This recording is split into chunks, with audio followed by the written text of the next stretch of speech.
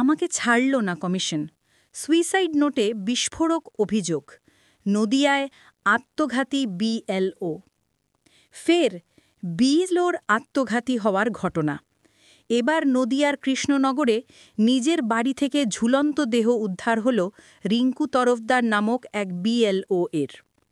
পেশায় পার্শ্ব শিক্ষিকা হলেও তাকে দেওয়া হয়েছিল বিএলওর দায়িত্ব। সেই দায়িত্বের অমানসিক চাপই তার মৃত্যুর জন্য দায়ী, এমনই মারাত্মক অভিযোগ রিঙ্কুর সুইসাইড নোটে। নদিয়ার চাপড়া থানার বাঙালঝি এলাকার স্বামী বিবেকানন্দ বিদ্যামন্দিরের পার্শ্ব শিক্ষক ছিলেন রিঙ্কু। অনলাইনে পারদর্শী না হওয়া সত্ত্বেও তাকে দেওয়া হয়েছিল ভোটার তালিকা সংশোধনের দায়িত্ব। পরিবার সূত্রে দাবি, এ কারণে তিনি মানসিকভাবে চরম চাপে ছিলেন।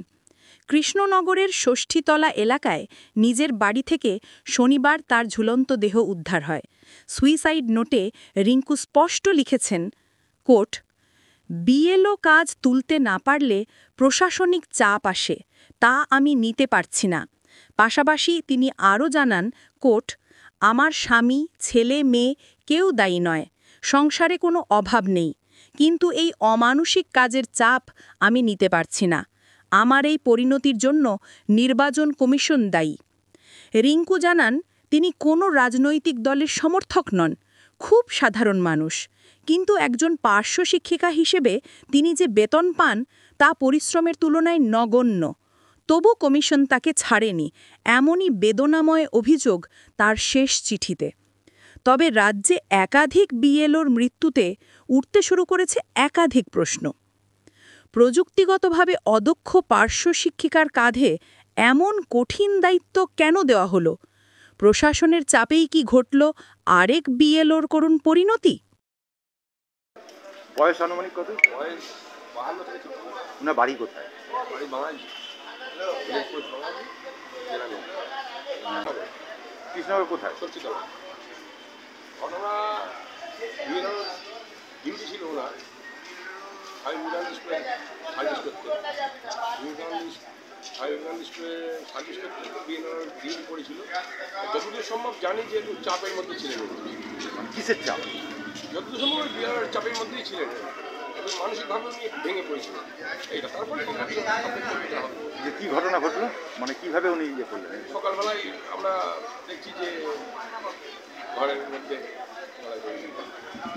বাড়িতে কেউ থাকতেন না। বাড়িতে আমার দাদা থাকতেন। ওনার তো বাঙালজিতে পোস্টিং ছিল না, বাঙালজিতেই বাড়ি ছিল। বাঙালজিতে আদি বাড়ি। আচ্ছা, ষষ্ঠীতলা বাড়িতে থাকে। মানে ওটা কার বাড়ি? ওটা দাদারই বাড়ি। দাদা বাড়িতে উনি থাকতেন? দাদার বাড়িতে দাদা বৌদি থাকতেন। আচ্ছা, উনি বিয়ে থা করেছেন? হ্যাঁ। কে? মানে যিনি মানে মারা গেছেন? ওটা আমার বৌদি হন, দাদার স্ত্রী। আচ্ছা, তা উনি কোন স্কুলে চাকরি? বাঙালি স্বামী বিবেকানন্দ স্কুল। যে তারপরে এটা মানে কখন করেছে ঘটনাটা? ভোরের দিকে। উনি কি কিছু লিখে গেছেন?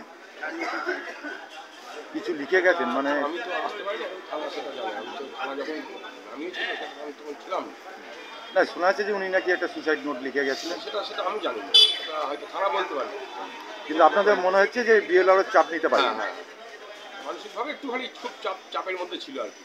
ষষ্ঠীতলা কোন সেই জায়গাটা বাড়ি? ষষ্ঠীতলা বাড়ির কাছে। আপনার নাম কি? আমার নাম হচ্ছে অভিজিৎ। আপনি কি মানে ওনারই কে হন? আমি আমার বৌদি হন।